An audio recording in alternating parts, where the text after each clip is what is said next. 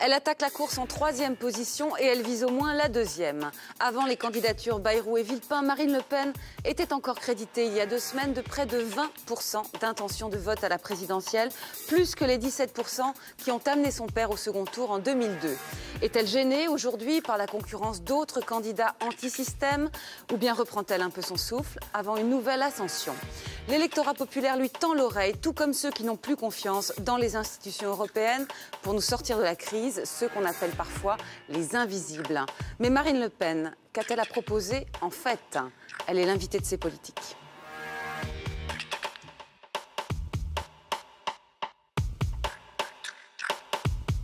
Bonjour Marine Le Pen. Bonjour. Alors dans les images qu'on a vues, vous l'avez séché, hein, Mélenchon. Vous lui avez dit, j'aime pas être traité de fasciste. Elle est restée un peu rond de flanc. Si vous n'aimez pas être traité de fasciste, comment vous vous définissez? Je suis une patriote.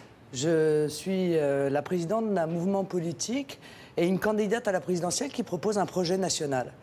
Alors que l'ensemble de la classe politique, depuis déjà de nombreuses années, a fait le choix d'une Union européenne de plus en plus fédéraliste, a fait le choix du mondialisme, de l'effacement de la nation et de ses protections naturelles, eh bien moi je plaide pour les protections naturelles qui sont consubstantielles à la nation. Vous n'avez pas du tout prononcé le mot droite. Êtes-vous de droite, Marine Le Pen? Non, je suis ni de droite ni de gauche, parce que la droite et la gauche, en réalité, mènent exactement la même politique.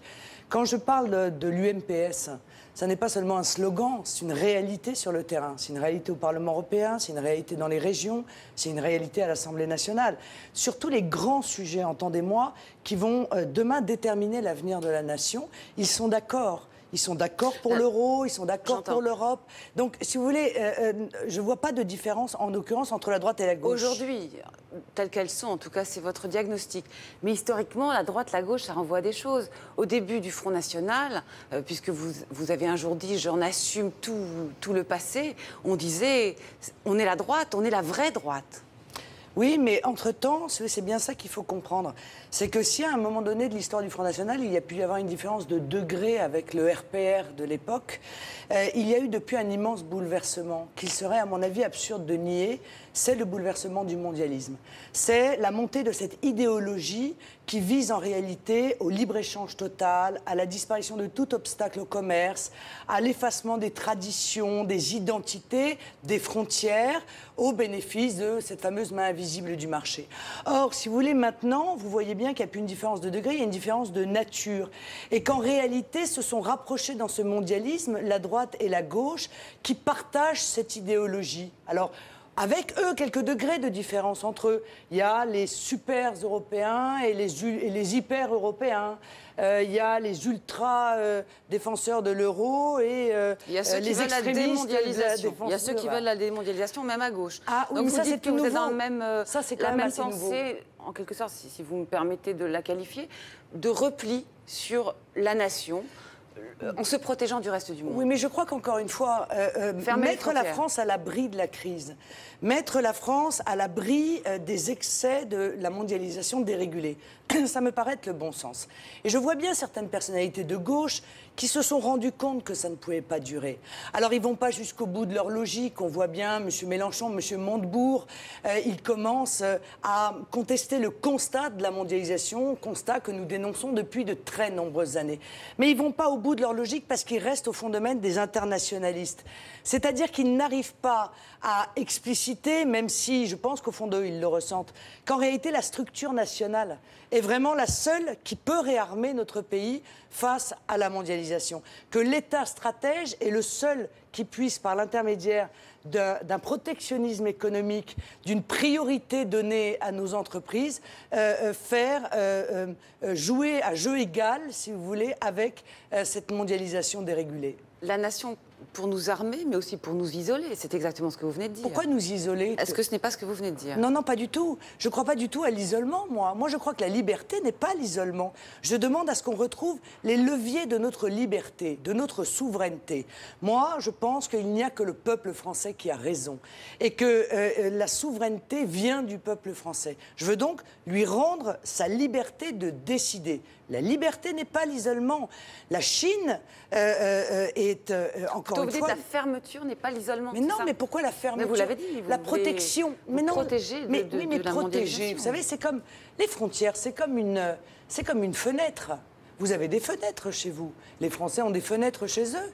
Un coup, ils les ouvrent en grand quand ils ont trop chaud à l'intérieur. Un coup, ils les mettent à l'espagnolette. Un coup, ils les ferment. C'est eux qui décident de ce qui est utile de faire avec leurs fenêtres. Eh bien, les frontières, c'est la même chose.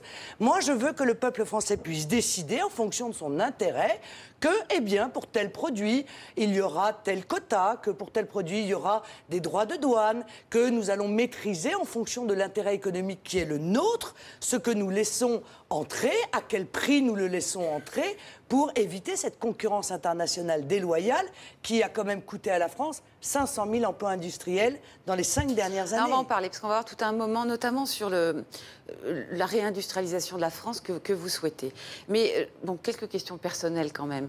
Je sais que vous détestez, quand vous parlez de votre père, bon, je ne vais pas insister trop longtemps, mais tout de même, vous êtes un peu, comment dire, une dynastie. On croyait que c'était réservé aux États-Unis, les Kennedy, les Bush. Là, c'est assez unique quand même en France. Quelqu'un qui a fondé un parti, sa fille est le prochain président. Comment vous vivez ça? Oui, enfin, c'est pas si unique que ça. Ah bon, vous avez d'autres exemples? Bah, excusez-moi, Madame Aubry, enfin bon, il y en a quand même un certain nombre d'autres. Des responsables politiques dont les parents faisaient de la politique et étaient eux-mêmes élus, il y en a toute une série. Madame Bachelot, et j'en passe et des meilleurs, Madame Kosciusko-Morizet, etc., etc. Il y en a tout de même un certain nombre. Alors, il y en a peut-être moins que chez les journalistes, ça je vous l'accorde, mais c'est vrai qu'il y en a tout de même un certain nombre. C'est pas que je supporte pas qu'on me parle de mon père. J'en parle d'ailleurs dès que j'en ai la possibilité. Et j'exprime l'admiration que j'ai pour le parcours qui est le sien. Mais je crois que, si vous voulez, il y a une tendance un peu blessante à vouloir en permanence me limiter en quelque sorte au fait que je suis sa fille. Je pense que les Français me voient tel que je suis, avec la personnalité qui est la mienne. Ils voient bien que nous n'avons pas la même personnalité, parce que nous n'avons pas le même âge, nous n'avons pas le même parcours, nous n'avons pas les mêmes références. Et je pense qu'aujourd'hui, Marine a fait sa place à côté, le prénom a fait sa place à côté du nom. Ah, il y a beaucoup de commentaires sur la différence ou les ressemblances entre lui et vous. Bon, moi, j'aurais vous poser la question à vous. Qu'est-ce que vous avez changé au Front National? C'est-à-dire que j'ai adapté le Front National, mais ce qui est tout à fait normal, ce que François le fait depuis déjà un certain nombre d'années, à la situation actuelle. Il est évident que si j'étais arrivée aujourd'hui en défendant les problématiques qui étaient les problématiques essentielles il y a 25 ans, sans tenir compte de l'évolution politique, économique de la France, on me regarderait. Sauf que la France aux Français, c'est un des tout premiers slogans du Front National dès les années 70. Mais oui, parce que je crois qu'il y avait quand même véritablement un aspect visionnaire dans les éléments que le Front National a posés dans le débat politique français. Je pense qu'aujourd'hui, on se rend bien compte que la priorité nationale, qui est le fait d'accorder une priorité à ceux qui ont la nationalité française par rapport à ceux qui n'ont pas la nationalité française, dans l'accès à l'emploi, dans l'accès au logement, etc., est une idée qui commence à faire son chemin. Regardez, on ne cesse de parler aujourd'hui du produisons français. Donc ce patriotisme, oui, mais voyez, justement, ça ce patriotisme économique, je pense qu'on a été visionnaire sur ces sujets-là. Il y a d'autres pays qui les appliquent d'ailleurs. On vous pique un peu vos idées, là, ça vous énerve ? Non, non, ça m'énerve pas. Non, je regarde ça avec le sourire parce que je m'aperçois que ce sont autant de victoires idéologiques. C'est que, somme toute, on ne cesse de me critiquer, mais que tous les partis politiques semblent être lourdement en panne d'imagination. Et quand on est en panne d'imagination, on se tourne vers Marine Le Pen et le Front National en disant qu'est-ce qu'on pourrait dire que Marine Le Pen a pu expliciter dans les dernières semaines. Ça a été vrai sur le fondamentalisme islamique, sur la laïcité, c'est vrai sur l'euro, c'est vrai sur la crise de la zone euro, c'est vrai sur l'État stratège, sur la nécessité d'un État fort. Aujourd'hui, c'est vrai sur le patriotisme économique que je défends depuis de très très nombreux mois, souvent d'ailleurs sous les regards de mépris.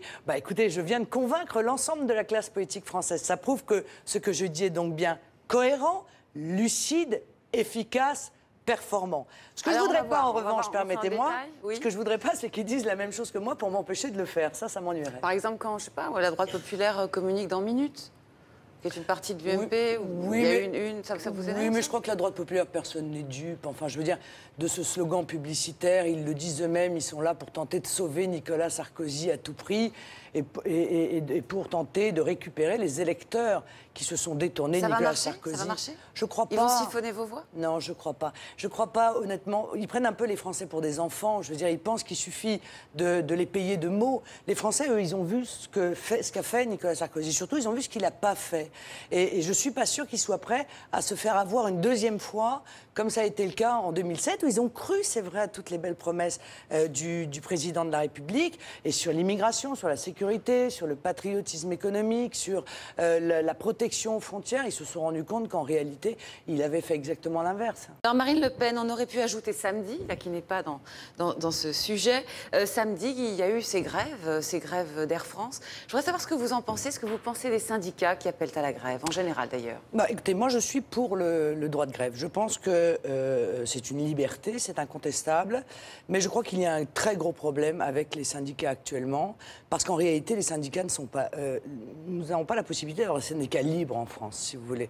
Et du coup, ils représentent une proportion qui est dérisoire du nombre de salariés, et il faut donc ouvrir le syndicalisme à des syndicats qui soient totalement libres. Quant à l'appel à la grève, spécifiquement, les week-ends de départ en vacances, je trouve ça objectivement scandaleux. Je pense qu'il devrait y avoir tout de même, ne serait-ce qu'à cause du trouble à l'ordre public que représentent ces blocages des transports pendant les grands week-ends de déplacement des Français, pendant les grandes vacances, si vous voulez, des départs et les retours de vacances. Il devrait quand même y avoir, puisqu'il n'y a pas de responsabilité, d'État responsable de la part des syndicats, il faudrait quand même qu'il y ait une limitation. Il n'est plus supportable de prendre la population. Vous êtes pour le droit de grève, avez-vous dit, mais très encadré. Non, pas très encadré. Il a le droit, encore une fois, il a le droit de faire la grève. Il n'y a pas le droit de bloquer un pays et de faire payer aux populations qui sont les plus faibles et aux classes moyennes qui ont des difficultés financières qui sont considérables, des perturbations qui honnêtement ne se justifient pas. S'il y a des revendications pour obtenir des revalorisations des salaires, pourquoi juste le week-end de départ des vacances de Noël? Elles devaient exister, j'imagine, il y a 3 semaines ou il y a 1 mois, ces revendications. Donc cette manière de prendre systématiquement en otage la population m'apparaît aujourd'hui de moins en moins supportable. Et avec un nouveau syndicat, parce que vous appelez à de nouveaux syndicats, vous pensez par exemple qu'il pourrait y avoir des syndicats tendance FN? Pourquoi pas? Et ils pourraient, vous êtes absolument sûr qu'ils éviteront les grèves pendant les vacances? Oui, parce que je pense qu'encore une fois, plus les syndicats seront représentatifs de la population française, plus on aura une amélioration du dialogue social dans notre pays. Le dialogue social est très mauvais dans notre pays, il faut le dire, il n'existe pas, il n'est pas performant. Or, il pourrait être performant. Il y a quand même toute une série d'autres pays dans lesquels le dialogue social se déroule. Les responsables du patronat font le job de discuter et d'arriver à des solutions avec les représentants des salariés. Mais encore faut-il, oui, que les représentants des salariés représentent tous les salariés, on a le niveau le plus bas. Représente surtout les idées du Front National. Vous souhaitez un syndicat lié au parti? Mais pourquoi pas? Est-ce que vous croyez honnêtement qu'il y a des Français qui croient aujourd'hui que la CGT n'est pas liée à la gauche? Bon, ça c'est une vaste fumisterie. Tout le monde sait que Sud est lié à l'extrême gauche, que la CGT, en tout cas la CGT... Ça nous promet des cortèges les du 1er mai assez de la CGT, chaud. Parce que les adhérents de la CGT, il y en a beaucoup qui sont au Front National, comme des adhérents de FO, de la CFDT et même de Sud, voyez-vous. C'est étonnant, mais c'est ainsi. Mais je Donc pense quand même, qu'on a grosse bagarre dans la rue en perspective. Là. Non, mais pourquoi dans la rue? Non, mais non, plus il y aura de syndicats. Plus ils représenteront les travailleurs français, moins il y aura, à mon avis, justement, besoin d'actions de force du type de celles que l'on a pu voir. Et puis, il faut aussi qu'il y ait une transparence, madame, dans le fonctionnement des syndicats. Parce que le dernier endroit, quand même, où il y a une opacité totale, et notamment en matière financière, ce sont les syndicats. Et j'en veux pour preuve le rapport qui a été passé à la broyeuse sur l'opacité de fonctionnement et de financement des syndicats. On a le sentiment qu'il y a là un accord complet entre le gouvernement, les syndicats patronaux tels que le MEDEF et les syndicats principaux, mais qui ne représentent plus grand monde, pour que surtout, je te tiens, tu me tiens par la barbichette, hein, on ne dit rien et continue comme cela. Eh bien, moi, je ferai une grande loi de transparence du financement des syndicats, parce que ce sont des centaines de millions d'euros dont on parle. Bien, alors on va continuer avec l'actualité de la semaine. Dominique de Villepin annonce sa candidature et ajoute, on l'a vu dans ces images, le ralliement ne fait pas partie de mon programme. Vous le croyez? Il ne se ralliera pas? J'émets des doutes sérieux. Je pense que M. de Villepin est engagé dans la défense de lui-même. Voilà, c'est le parti de la défense de Dominique de Villepin.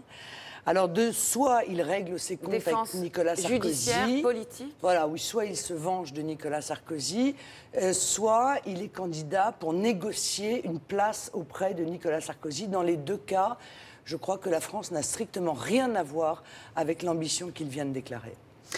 Vous ne pensez pas qu'il a un rapport très fort à la politique? Il sait depuis toujours qu'il faut en faire et il a des idées et c'est ça qui le sert? Non, il a eu les idées de Jacques Chirac. Puis il a eu celle de Nicolas Sarkozy quand ils se sont réconciliés à la lanterne. Aujourd'hui, il a encore probablement celle de Nicolas Sarkozy. Il n'a jamais été élu. Si vraiment il avait cette passion de la politique, c'est quoi la politique si ce n'est le rapport justement avec le peuple? Or, il n'a jamais voulu aller le voir, ce peuple, lui parler, se présenter devant lui dans une élection. Donc vous pensez qu'il n'a rien à faire, que quelqu'un comme ça n'a rien à faire en politique? Non, mais tout le monde peut avoir des ambitions. Moi, je veux dire, je ne veux pas limiter les ambitions des uns ou des autres, mais encore une fois, je pense que cette ambition est personnelle. Je ne pense pas que ce soit une ambition ni pour le pays, ni pour le peuple. Alors parlons un peu des autres adversaires, voir s'ils ont des ambitions personnelles, politiques, etc. François Bayrou, tiens, qu'est-ce que vous en pensez? Bah écoutez, il est persévérant. C'est au moins ça. Monsieur Bayrou est un homme assez contradictoire, qui a probablement une part de sincérité, on le sent dans sa démarche. Vous avez du mal un peu à envoyer des pics, parce que, comme vous, il dit qu'il n'est ni de gauche ni de droite, c'est ce que vous m'avez dit au début. Non, mais c'est normal, il est du centre. Enfin, je veux dire, là, pour le coup, il est centriste. Et en même temps, de droite et de gauche. Mais vous n'êtes pas du centre. Si. Non, mais moi, je suis ni de droite ni de gauche. Lui, il est en même temps la droite et la gauche. Je veux dire, il est au centre de l'UMPS, en fait. C'est le centriste de l'UMPS. Hein. Il y a l'aile droite, il y a l'aile gauche, et puis il y a l'aile du centre. Mais M. Bayrou, il est un peu incohérent dans la démarche qui est la sienne. On l'a vu d'ailleurs quand il a parlé du produire français, du consommer français, parce que la réalité, c'est qu'il est un européiste convaincu. Il a beaucoup plaidé, M. Bayrou, pour la construction de l'Europe que nous vivons aujourd'hui, c'est-à-dire une Europe qui s'est détournée des peuples, qui s'est construite contre les peuples. Je n'ai pas entendu M. Bayrou, moi, dans l'affaire du référendum de 2005, alors que la volonté du peuple français a été méprisée dans des conditions qui sont démocratiquement scandaleuses. Je ne l'ai pas entendu en appeler, justement, au respect de la vie du peuple français. En 8 jours, hein, il entre dans les sondages, puisqu'il s'est déclaré comme candidat, et pouf, il est presque aussi haut que vous, là, 13%. Oui, je crois pas. Il est à entre 11 et 12%. C'est la moyenne que font les candidats en général du centre. Voilà, c'est la moyenne historique, si vous voulez. Pas M. Morin. C'est l'étiage historique du centre, parce que je crois que M. Bayrou, effectivement, est plus représentatif du centre que ne l'est M. Morin. Mais M. Bayrou, il prend des voix à M. Hollande et à M. Sarkozy. Tiens, alors lui, justement, M. Hollande, c'est lui qui est désigné par la primaire socialiste. Ça vous plaît que ce soit lui plutôt que quelqu'un d'autre? Ça satisfait vos propres intérêts? Plus, moins? Écoutez, M. Hollande, il faudrait qu'il rentre en campagne quand même, un jour ou l'autre, parce qu'on ne l'entend pas beaucoup. Je n'ai entendu quasiment aucun avis de M. Hollande sur la situation actuelle. Aucun. Il n'a rien d'autre à dire que ce que dit aussi Nicolas Sarkozy. Voilà, il faut sauver le triple A, il faut encore plus d'Europe, il faut le fédéralisme absolu, il faut... donc on ne comprend pas bien. Donc, si vous voulez, moi j'en ai conclu qu'en fait il y avait une primaire mondialiste. Il y a une primaire entre Nicolas Sarkozy et François Hollande pour savoir quel sera le candidat mondialiste qui prendra le pas sur l'autre. Mais moi je ne suis pas dans cette démarche-là. Je suis dans une démarche radicalement différente. Mon projet économique est radicalement différent du leur. Mélenchon ? Monsieur Mélenchon, il essaie de faire oublier désespérément qu'il a passé 31 ans au Parti socialiste. Il ne comprend pas pourquoi les ouvriers ne lui font pas confiance. Je vais lui dire, parce que comme dirigeant du Parti socialiste pendant 31 ans, eh bien, il porte la responsabilité de la trahison immense de la gauche à l'égard des classes populaires. Et par conséquent, il peut aujourd'hui essayer de se draper du drapeau de la révolution nécessaire. Le moins qu'on puisse dire, c'est qu'il a eu une carrière politique qui a été dans le conformisme total avec la pensée unique qu'il dit vouloir combattre aujourd'hui. Alors dis-moi un peu ce que tu as fait et je te dirai qui tu es quand même. Je pense qu'il faut que les Français jugent aussi sur les actes, pas uniquement sur les paroles. Dernière question sur la gauche. On a beaucoup parlé des négociations avec les Verts. Eva Joly, tiens, voilà quelqu'un qui ne vient pas directement de la politique. Et au passage, j'aimerais bien que vous nous disiez ce que vous pensez du nucléaire. On vous entend peu sur ces sujets. C'est-à-dire, on m'interroge peu et je le regrette d'ailleurs. Madame... C'est fait. Oui, c'est gentil. Moi, je pense, si vous voulez, que depuis longtemps, nous le disons d'ailleurs, le nucléaire est une énergie dangereuse. Je pense que c'est une absurdité de le nier.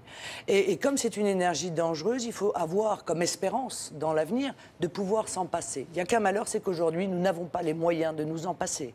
La recherche, qui probablement manque de moyens, n'a pas réussi aujourd'hui à trouver une énergie de substitution à l'énergie nucléaire, parce qu'il y a aussi deux intérêts majeurs auxquels il faut penser lorsqu'on parle d'énergie, c'est le coût de l'énergie et c'est l'indépendance énergétique de la France. Et à ces deux éléments-là, je suis extrêmement attachée. Si demain on abandonne le nucléaire, eh bien les prix vont absolument s'envoler. Et d'ailleurs, c'est le cas, puisqu'on voit bien que les prix de l'électricité, à cause des choix allemands, sont aussi en train d'augmenter. Donc vous êtes pour et contre, quoi? Non, non, je suis pour aujourd'hui, tant que nous n'avons pas d'énergie de substitution. Mais je suis pour aussi une grande politique d'investissement dans la recherche.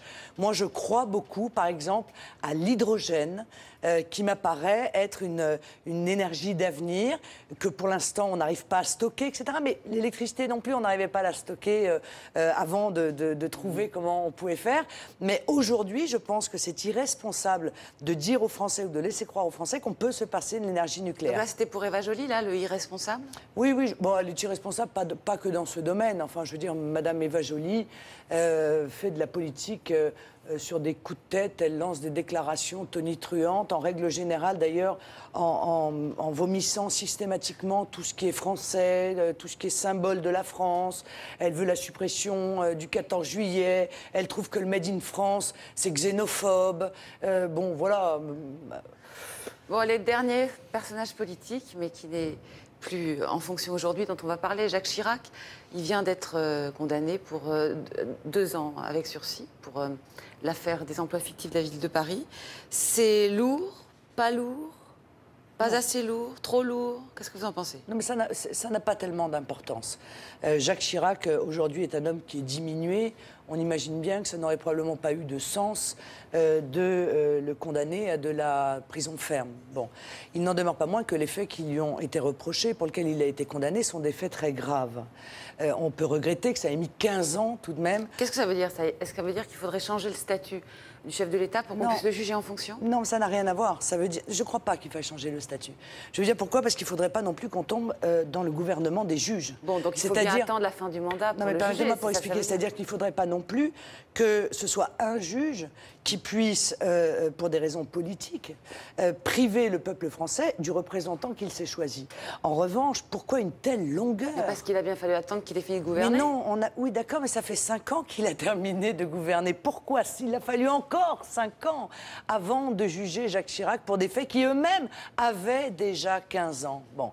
Donc il faut que la justice aille beaucoup plus vite dans ces domaines et j'espère d'ailleurs qu'elle ira beaucoup plus vite dans l'affaire du Pas-de-Calais, puisque comme vous le savez, j'ai dénoncé de manière très ferme et je lutte depuis de nombreuses années avec Steve Briouat contre la corruption généralisée qui touche le département du Pas-de-Calais et probablement aussi le département du Nord et qui est peut-être la pire des corruptions puisqu'elle touche les populations pauvres et qu'elle est le fait de ces élus qui devraient protéger la population et qui en réalité profitent de leur position, de leur mandat pour voler des populations qui sont de plus en plus précarisées. Je crois qu'il n'y a rien de plus indigne probablement que cela. Alors un mot de politique étrangère, vous aspirez à la fonction de chef d'État, donc c'est quand même, il faut vous entendre là-dessus. Les Américains se retirent d'Irak. Vous vous en réjouissez? Ah oui, je m'en réjouis, puisque nous étions, et je suis contre cette guerre en Irak, et la première et la deuxième. Et la guerre en Libye? Pourquoi? Attendez, permettez-moi juste l'Irak, après je vous réponds sur la Libye. Pourquoi nous étions contre cette guerre en Irak? Pour les raisons pour lesquelles les Américains s'en retirent aujourd'hui, sans aucun résultat. Non, ça, votre il y a eu... Villepin aussi était d'accord. Après, non mais attendez, il y a eu des millions de morts civiles. Il y a eu des millions d'enfants qui sont morts à cause du blocus qu'on a imposé à l'Irak, blocus de médicaments. On a laissé une population civile mourir de faim. Et aujourd'hui, on voit bien qu'en Irak, non seulement rien n'est réglé, mais tout est probablement même pire qu'avant. Les minorités religieuses ont fui l'Irak. Des centaines de milliers de personnes sont parties se réfugier dans d'autres pays parce qu'elles étaient persécutées en Irak. Donc le constat de la guerre en Irak est dramatiquement mauvais. Est-ce que vous en déduisez que l'intervention armée, en général, pour destituer les dictateurs, disons-le clairement, il ne faut plus faire ça? Oui, je crois que nous devons arrêter l'ingérence dans les pays comme nous le faisons. On l'a vu la Libye, par exemple, vous condamnez la manière dont s'est fait cette guerre. Regardez la Libye. On est arrivé, ça nous a coûté des fortunes, parce qu'il faut quand même que les Français sachent que ce sont des centaines de millions d'euros qu'a coûté l'intervention en Libye. Pourquoi? Pour que le CNT, le Conseil de transition libyen, annonce dès le jour où nous les avons mis au pouvoir qu'ils mettaient en place la charia. Alors nous devions importer là-bas la démocratie et on se retrouve avec la charia, tout ça pour ça. Avec une guerre civile dont on voit bien qu'elle va continuer, avec le silence coupable des belles âmes telles que Bernard-Henri Lévy, qui, chemise au vent, va devant toutes les caméras pour dire que c'est lui qui a libéré la Libye. Mais on n'entend pas M. Bernard-Henri Lévy sur les massacres qui sont en train de se dérouler aujourd'hui en Libye. Des massacres en Libye? Oui, maintenant, des massacres en Libye, bien sûr. Des massacres de toute la partie de la population qui appartenait à la tribu de M. Kadhafi, puisqu'il s'agit en réalité d'une guerre tribale. Et il s'agit d'une guerre tribale depuis le début. Bon, donc, et les massacres en Syrie, qu'est-ce qu'il faut faire? 5000 morts. Le rapport de Human Rights Watch cette semaine. Madame, je ne suis pas insensible aux morts civiles de la Syrie. Et j'appelle, parce que je crois que c'est de la responsabilité de tous les politiques, M. Bachar al-Assad, à arrêter cette situation et à entrer en voie de négociation. On espère qu'il va vous écouter. Mais madame, je ne sais pas s'il va m'écouter. Ce que je sais, c'est qu'encore une fois, je ne crois pas du tout que ce soit à la pointe des missiles de l'OTAN que l'on puisse obtenir une amélioration de la situation en Syrie, puisqu'on ne l'a pas obtenu en Libye. Regardons également ce qui est en train de se passer en Égypte. Regardons ce qui est en train de se passer en Tunisie. Écoutons ces femmes tunisiennes qui nous appellent déjà au secours et nous expriment leur crainte de voir leur statut régresser, reculer sous la foi de groupements politico-religieux, salafistes dans certains pays, fondamentalistes dans d'autres, qui ne supportent pas le processus démocratique et qui n'accepteront jamais qu'une loi autre que la loi religieuse s'applique dans leur pays. Alors la géopolitique, manifestement, vous intéresse de plus en plus. Vous avez envoyé le numéro 2 du Front National, Louis Alliot, en Israël. Pourquoi ? Je l'ai envoyé en Israël parce qu'il y a été invité par les Français qui vivent en Israël, par la communauté française qui vit en Israël. Et par conséquent, je pensais qu'il était de bonne politique de lui demander d'abord d'aller les rencontrer et puis de pouvoir discuter avec l'ensemble de ceux qui avaient envie d'échanger avec lui sur le projet présidentiel que il est rentré, je il a déclaré que... J'ai envoyé aussi Valérie de Saint-Just en Croatie, vous voyez, mon mais concernant Israël, il y a un vice-président. petit enjeu supplémentaire pour le FN, c'est qu'en rentrant, il a déclaré, Louis Alliot, que vous n'êtes non pas plus antisémite, mais que vous n'êtes pas antisémite au Front National, vous ne l'avez jamais été. Oui, mais il a raison. Il a raison. Il a raison de le dire, de le redire et de le redire, puisqu'on voit bien que cette accusation d'antisémitisme est utilisée depuis des années contre le Front National pour tenter de le discréditer. Il n'y a pas que celui-là, d'ailleurs. Il y a aussi l'accusation de racisme. Tout cela est fait pour donner de nous une image qui soit une image repoussante. Par conséquent, à chaque fois qu'on a la possibilité de dire, et merci de m'autoriser à le dire encore aujourd'hui, que le Front National n'est pas un parti raciste, il n'est pas un parti antisémite. Il ne fonde pas sa politique ni sur l'origine des gens, ni sur la couleur de leur peau, ni sur leur religion. Nous sommes obligés, nous le disons. Parce que vous voulez dire des choses haut et fort. Dieudonné, c'est pas votre cam pour parler comme les banlieues. Non. Non, c'est pas ma tasse de thé, mais c'est depuis le début. Redire, juste parce que c'est pas clair pour plein de gens. Ah bah si, moi je l'ai dit très clairement. Alors, moi, je n'ai jamais rencontré. C'est l'ami de votre père, mais en réalité, ça n'est plus du tout le vôtre. Mais c'est pas plus du tout. Ça n'a jamais été. Moi, je n'ai jamais voulu rencontrer Monsieur Dieudonné. Je suis imperméable totalement aux provocations politiques qui sont les siennes. Voilà, je n'ai jamais varié sur ce sujet, donc ça ne l'étonnera pas d'ailleurs. Il le sait bien. C'est un sujet de fâcherie avec votre père? Non, absolument pas. On peut être en désaccord sans obligatoirement se fâcher, même si on est des Gaulois, quand même. Alors, je vous propose qu'on parle un peu d'immigration, puisqu'on a parlé aussi de lieux où l'islamisme, pour ce qui est notamment de la Tunisie, du Maroc, de l'Algérie, risque peut-être de créer un flux migratoire vers la France. Alors, en finir avec l'immigration clandestine en rétablissant un contrôle aux frontières minutieux et redoutable, c'est ce que vous voulez, en expulsant aussi ceux qui sont là sans papier, presque en finir aussi, si je vous ai bien lu, avec l'immigration légale, que vous voulez réduire de 95%, c'est votre programme Marine Le Pen.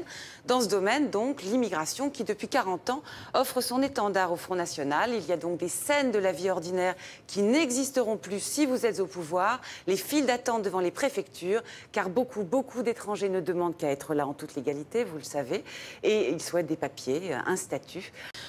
Tout ce qu'on vient de voir dans ce reportage, si vous êtes au pouvoir, ça n'existera plus. C'est ça? Non, ça n'existera plus. Ça n'existera plus parce que, si vous voulez, d'ailleurs, je trouve ça assez indigne, je ne vous cache pas. Je trouve indigne de la part de nos responsables politiques de faire croire à des centaines de milliers de personnes qu'on a encore quelque chose à leur offrir. Moi, je leur dis clairement, et je crois que je suis cohérente, et en même temps, je les respecte en leur disant ça, nous n'avons plus rien à vous offrir. Nous avons 5 millions de chômeurs dans notre pays, 8 millions de pauvres. Nous sommes en déficit de logement social, puisque 1 200 000 ménages attendent un logement social. Nous n'avons plus rien à vous offrir. Nous sommes ruinés. Nous avons des déficits massifs. Notre système de protection sociale est en train de s'effondrer. Notre système d'assurance maladie est en train de s'effondrer. Et donc, je leur dirais clairement, ne venez pas, parce qu'avec moi, je donnerai priorité aux Français. Je ne régulariserai plus les clandestins. Si vous venez de manière clandestine, vous n'obtiendrez jamais de papier. Parce que tout ça, c'est un appel d'air permanent, vous comprenez.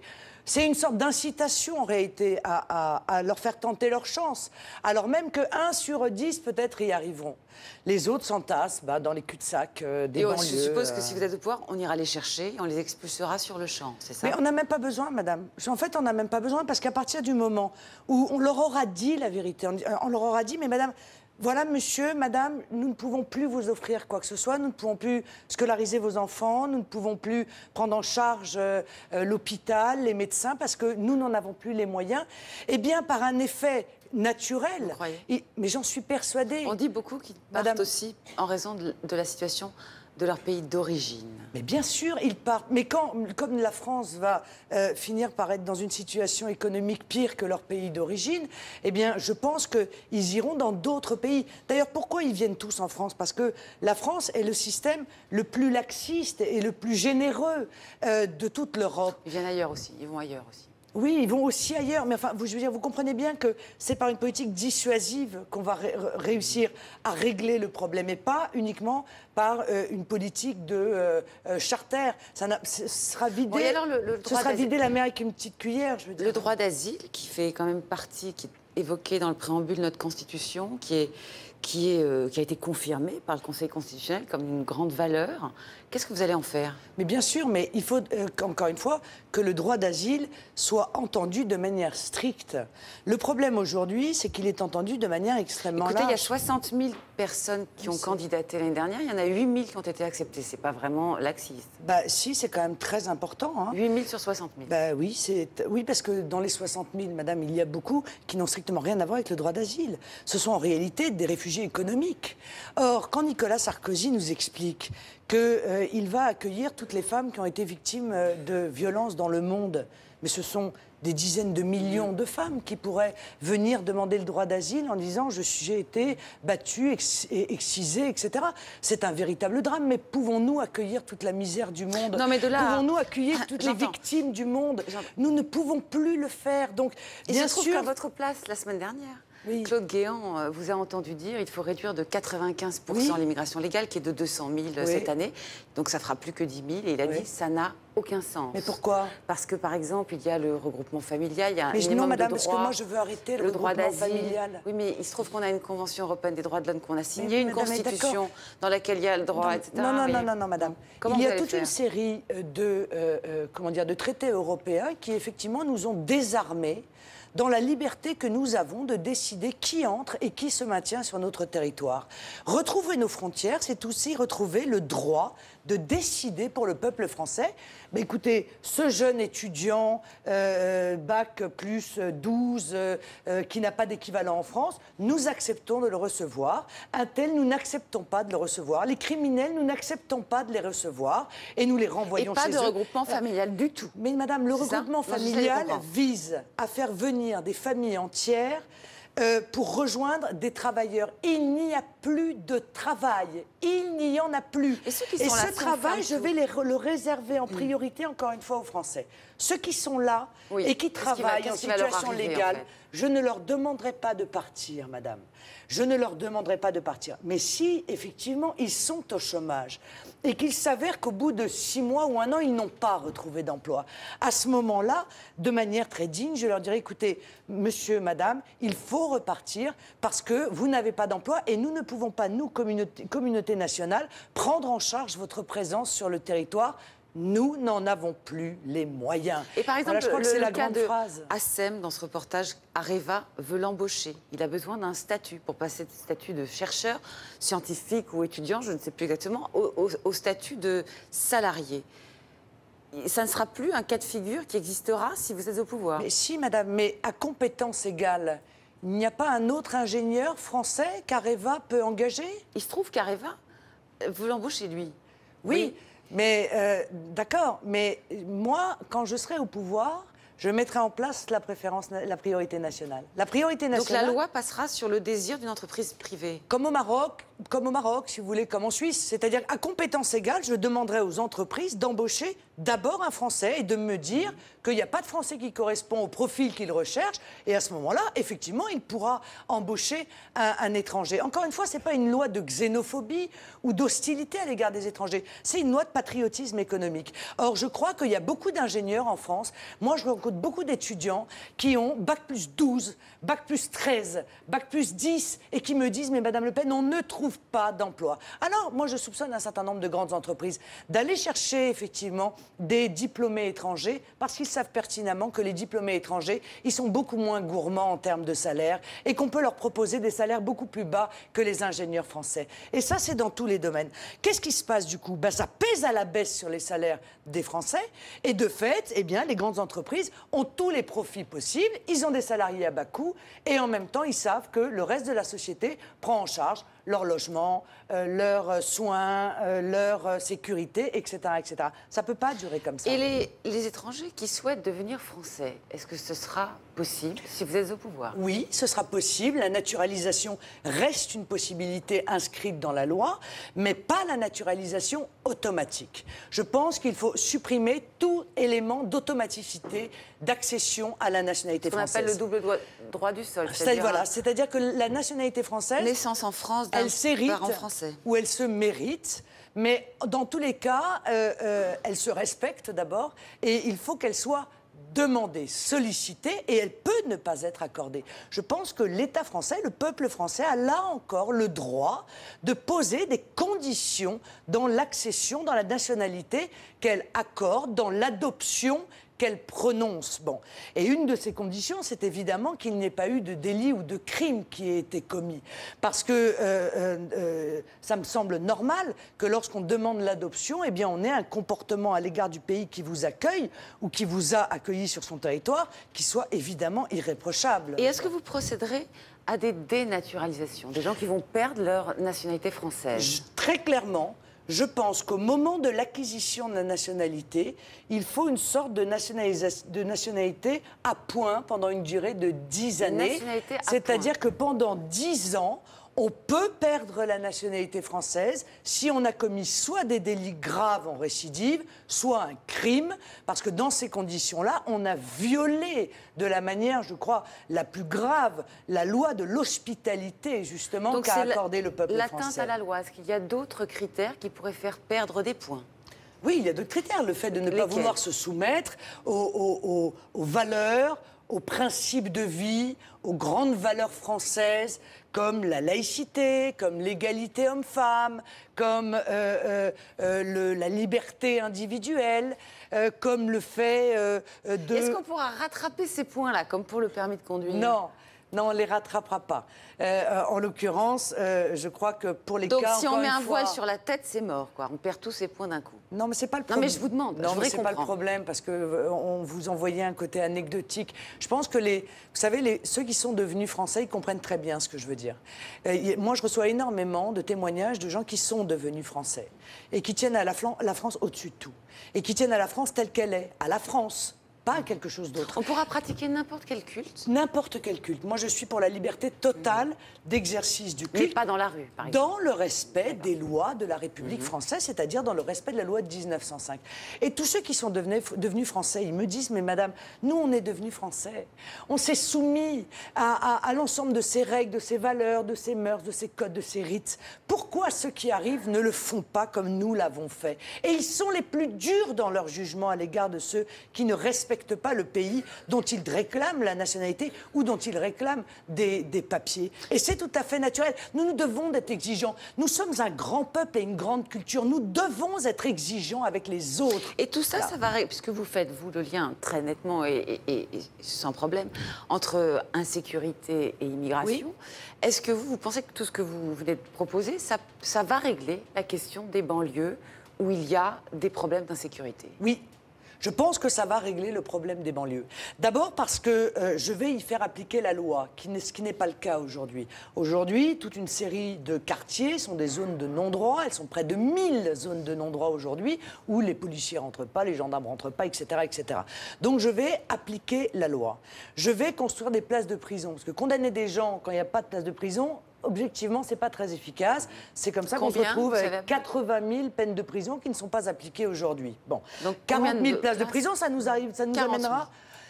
amènera au niveau de la moyenne européenne, si vous voulez, par rapport au nombre d'habitants. Et c'est nécessaire, on est en déficit de places de prison. Du coup, nos prisonniers, honnêtement, vivent dans certains cas comme des animaux, ce que je trouve être un scandale. Je vous le dis tout de même. Bon. Mais je pense qu'au-delà de la répression qui est nécessaire, l'autorité, le retour de l'autorité est nécessaire. Mais parallèlement dans la banlieue... Et le chômage, qu'est-ce que vous allez faire? Alors attendez, parce que c'est quand même un problème des banlieues. Parallèlement dans la banlieue, il faut redonner un contenu à la nationalité française. Une grande part des problèmes sont des problèmes qui sont liés à des jeunes issus de l'immigration qui ne savent pas où est leur place. D'abord parce qu'ils ont la double nationalité, qu'ils sont moitié français, moitié autre chose, qu'ils ne savent pas bien où est leur place, qu'ils ont parfois été élevés par la classe politique d'ailleurs dans la haine de la France, dans une sorte de revanche à l'égard de la France. Il faut donc leur expliquer que la nationalité française aura à nouveau un contenu, que ça nécessite une certaine rectitude de comportement, mais que le bénéfice va être immense puisqu'ils auront eux aussi, puisqu'ils sont français, droit à la priorité d'accès à l'emploi, aux logements sociaux, etc. Quant au problème du chômage, madame, c'est tout le problème du modèle économique qui a été choisi. C'est pour ça, on va éteindre. Si vous faites une réponse aussi globale. Mais je veux dire, par le retour de la loi, ce que vous dites, vous pensez déjà régler l'essentiel des problèmes des banlieues françaises? Oui, je pense que par le retour de l'autorité, en donnant les ordres à la police, en les réarmant moralement, parce qu'ils sont désarmés moralement, on peut très facilement régler une grande partie du problème de la criminalité. Il y a, je vous le dis aujourd'hui... Ça veut dire quoi, réarmer moralement, en fait, concrètement? Réarmer moralement, ça veut dire qu'aujourd'hui, les policiers, ils n'osent même pas se servir de leur arme, même quand ils sont menacés par des kalachnikovs, parce qu'ils n'ont qu'une trouille, les policiers. Ce n'est pas des voyous qui sont en face d'eux, c'est de leur hiérarchie. Voilà de qui ils ont peur. Ils ont peur de la bavure aussi, avec les effets politiques que ça peut produire, non ? Évidemment, on les terrorise avec la bavure au point qu'ils sont impuissants. Ils ont tellement peur qu'il y ait la moindre bavure qu'ils ne font plus rien. Et ils se laissent souvent assassiner plutôt que de se défendre de peur que la hiérarchie vienne les sanctionner. Souvent, oui, madame, souvent. Et dernièrement encore, cette jeune femme qui s'est fait assassiner avec un sabre. Eh bien, le fou qui l'a tuée avec le sabre, il avait déjà blessé 2 personnes avant elle. Mais personne n'a osé intervenir. Et je fais ici le procès du désarmement moral de la police, dont sont responsables exclusivement les responsables politiques, ceux qui nous dirigent. Bon, il y a 5000 chefs de délinquance dans notre pays. Si vous attrapez ces 5000 personnes, qui sont essentiellement dans 26 départements, vous faites baisser probablement immédiatement de 40% la délinquance. Voilà. Vous pensez que personne n'essaye de faire ça en ce moment, madame, de choper les 5000 madame, non. Parce qu'aujourd'hui, il faudrait redonner la parole aux criminologues dans notre pays. Il faut arrêter les psychiatres. Il faut arrêter cette théorie folle de l'excuse permanente du délinquant et du criminel, le pauvre, la société, le chômage, la pauvreté, le mal-être, le ceci. Parce que tout ça, ça pousse en réalité au passage à l'acte. Voilà. Cette culture de l'excuse, elle pousse au passage à l'acte. Or, aujourd'hui, plus de criminologues, moins de psychologues. Et cela dit, vous employez un vocabulaire psy. Oui, mais c'est eux qui l'utilisent en permanence. C'est le fondement de la politique judiciaire dans notre pays depuis des années, le pauvre. On se retrouve avec des gens dont on refuse d'admettre que ce sont des criminels, voilà, et dont certains des bêtes sauvages. Ils récidivent 1 fois, 2 fois, 40 fois, 50 fois, sans que personne n'intervienne. On a fait quelques lois quand même contre la récidive. Oh, ça, on en a fait. Mais le problème, c'est pas les lois, c'est l'application. Le problème, ce n'est pas les lois, ce sont les hommes. C'est ça que je cherche à dire en permanence. Vous pourrez faire toutes les lois que vous voulez. S'il n'y a pas de volonté politique de s'attaquer non pas à la délinquance, qui est une statistique, mais aux délinquants, aux criminels, c'est à eux qu'il faut s'attaquer précisément. Il faut leur faire quoi si ce n'est pas des peines encadrées par des lois ? J'ai pas dit vous voulez leur faire. J'ai pas dit ça, madame. J'ai dit qu'il faut les attraper d'abord. Il faut que s'ils sont en situation de... Il faut aggraver les peines. Il faut que lorsqu'on condamne à la perpétuité, ce soit la perpétuité. Tout ça, c'est des lois. Total. Jamais on ne sort. Ah, vous Mais avez là, on tranché sort tout le temps, à chaque fois. J'ai lu votre programme. Vous dites, je soumettrai un référendum, soit la peine de mort, soit la perpétuité réelle. Oui. Quel est votre choix, votre Moi, préférence ? Personnellement, la peine de mort. Moi, personnellement, moi, citoyenne, dans le grand référendum que j'organiserai, je voterai pour la peine de mort. Mais, encore une fois, je conçois que l'on ait une réticence à l'égard de la peine de mort. Ce que je veux, moi, surtout, c'est protéger la société de ces criminels. Or, il faut donc les mettre hors d'état de nuire, et ça n'est pas le cas aujourd'hui, madame. Des gens qui sont condamnés à la perpétuité avec des peines de sûreté, eh bien, les parents de ceux qu'ils ont assassinés ont toutes les chances de les croiser à nouveau dans la rue. Cette situation n'est plus supportable. Alors, on va parler d'économie un peu, de politique économique générale. Vous, d'ailleurs, vous en parlez depuis plusieurs années de cette histoire du Made in France. À présent, ils sont nombreux dans la classe politique à se disputer l'idée il faut acheter français. Est-ce pour renforcer notre économie ou bien carrément dans la perspective de sortir de l'Europe et de fermer nos frontières? Et surtout, avons-nous les moyens de produire chez nous à des coûts raisonnables et de rapatrier notamment nos filiales délocalisées? Certains n'ont pas attendu ce label France Origine Garantie qui a été créé au printemps et que peuvent désormais arborer tout un tas de produits fabriqués à 50% au moins en France. Il y a des entrepreneurs militants qui sont partis bien plus tôt et qui visent souvent plus que 50% de fabrication française. Alors c'est une belle initiative, je pense que vous allez la saluer, que celle de cette association d'entrepreneurs qui existe formellement depuis 2008. Qu'est-ce que vous en pensez ? Je trouve ça extraordinaire. Ils ont compris avant tous les autres. C'est évidemment ça que moi je défends depuis des années. Encore une fois, rejointe aujourd'hui par toute une série de responsables politiques à quelques mois d'élection. Mais il faut applicable à tous les secteurs, vous pensez? Je pense à peu près à tous les secteurs, oui, bien sûr. Mais il faut un plan de réindustrialisation de la France. C'est un plan stratégique, si vous voulez. Et c'est là qu'est nécessaire l'État stratège. L'État stratège, il va prendre contact justement avec les industriels, avec les groupes, pour précisément planifier la réindustrialisation de notre pays. Et cette planification, elle va se faire avec aussi la mise en place du protectionnisme intelligent pour lequel je plaide. C'est-à-dire qu'on ne va pas brutalement, vous comprenez, dire, ben voilà, on va taxer, par exemple, des chaussettes qui rentrent en France. Il n'y a plus de chaussettes quasiment qui sont fabriquées en France. On va progressivement réindustrialiser, justement, fabriquer des chaussettes françaises et progressivement, on montera les droits de douane sur les produits importés. C'est vital de réindustrialiser notre pays. Plus cher que ce que les Français, d'après un sondage qui a été demandé d'ailleurs par cette association, disent qu'ils accepteraient de payer, c'est-à-dire 10% plus cher. Mais cette affaire-là risque de coûter 30%, 40% plus cher. Non, je ne suis pas d'accord avec cette analyse. Bah, écoutez, c'est simple. Est-ce que les Français ont vu baisser massivement, véritablement, le prix du textile? Au début, oui. Au début, où on a ouvert les portes à la Chine. Au début. Et puis après, on a vu que progressivement, à partir du moment où la Chine s'est retrouvée en situation de monopole dans l'industrie, dans les importations textiles en France, eh bien, les prix ont remonté. Et aujourd'hui, ces prix-là permettraient de produire en France. D'autant que ce que les Français ne savent pas, c'est qu'au prix du t-shirt chinois qu'ils achètent dans la grande distribution, d'abord, il y a la marge de la grande distribution, et permettez-moi de vous dire qu'elle n'est pas minime. Bon. Mais il y a aussi le coût du chômage qu'ils doivent rajouter.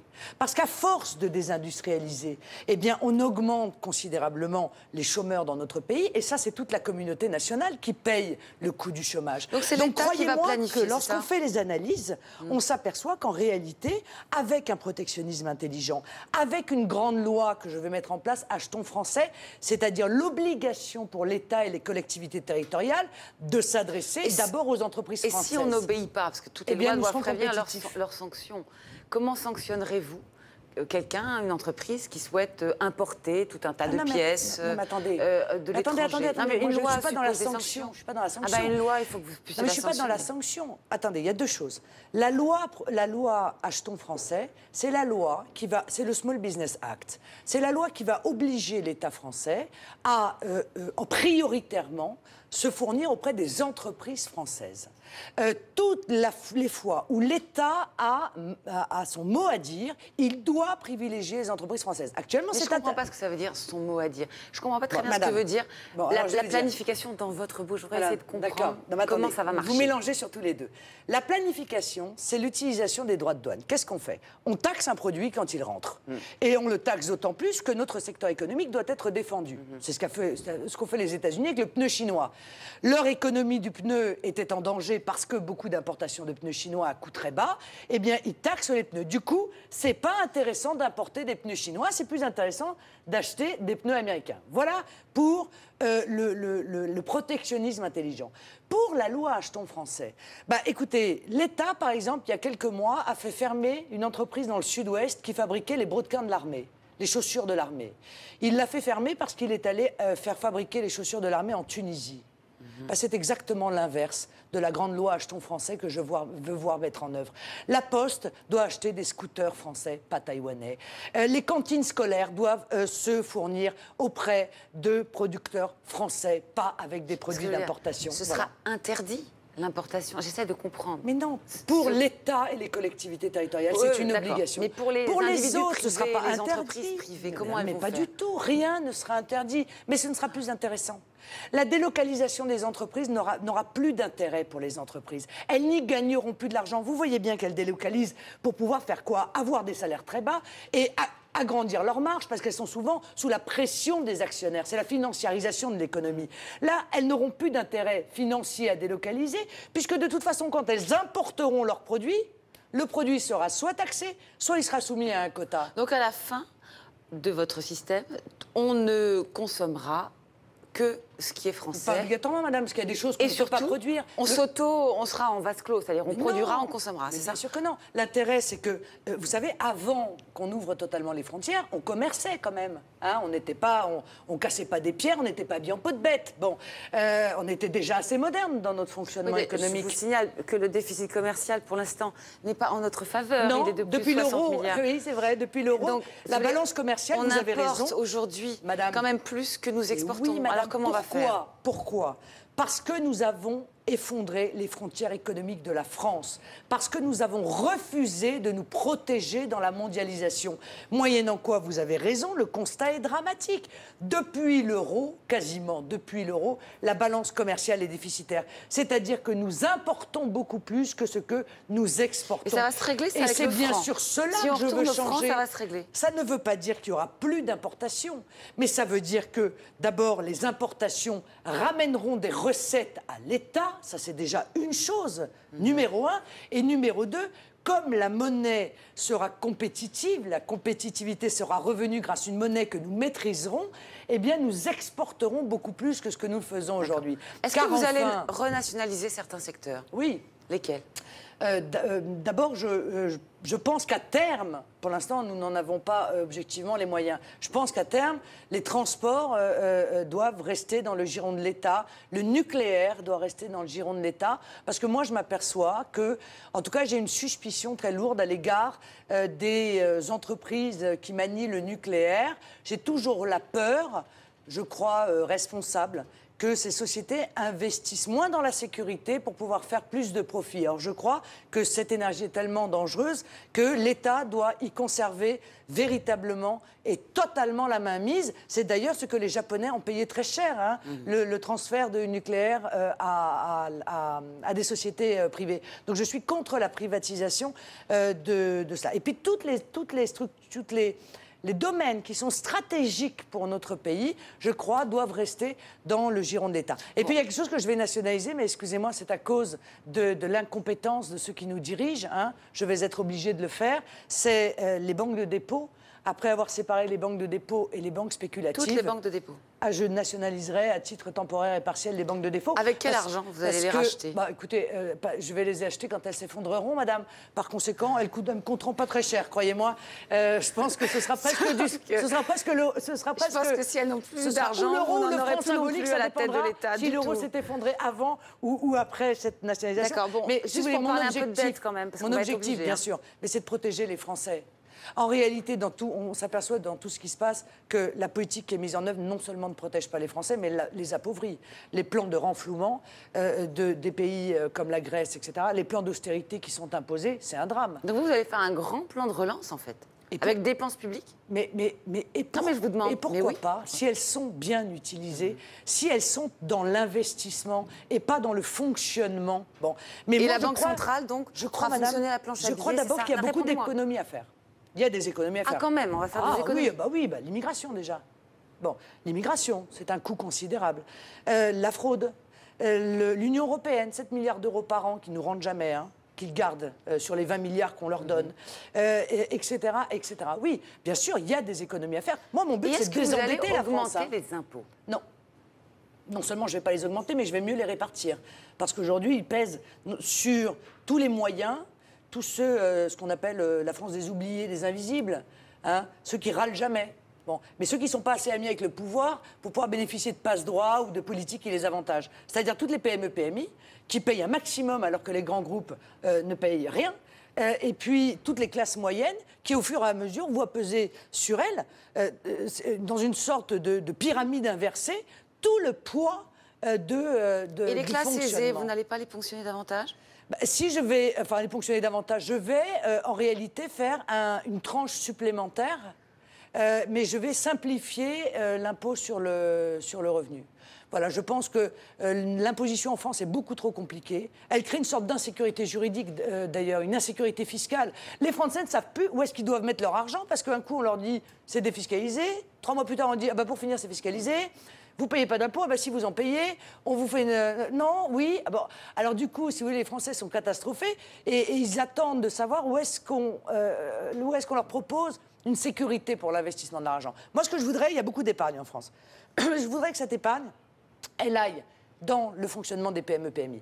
Et je crois que, très objectivement, on a des leviers. L'impôt, c'est un levier, hein. C'est pas une fin en soi. Hein. Je sais qu'il y a des adorateurs de l'euro, il y a peut-être des adorateurs de l'impôt, mais en l'occurrence, c'est un levier, c'est un instrument économique. Eh bien, moi, je veux que cet instrument économique soit utilisé au développement des PME-PMI, à leur financement parce qu'aujourd'hui, les PME-PMI sont en train de mourir du manque de financement. Quand même une dernière question. Vous l'avez dit vous-même, vous êtes un peu la reine des invisibles. C'est vers eux que se tourne votre regard.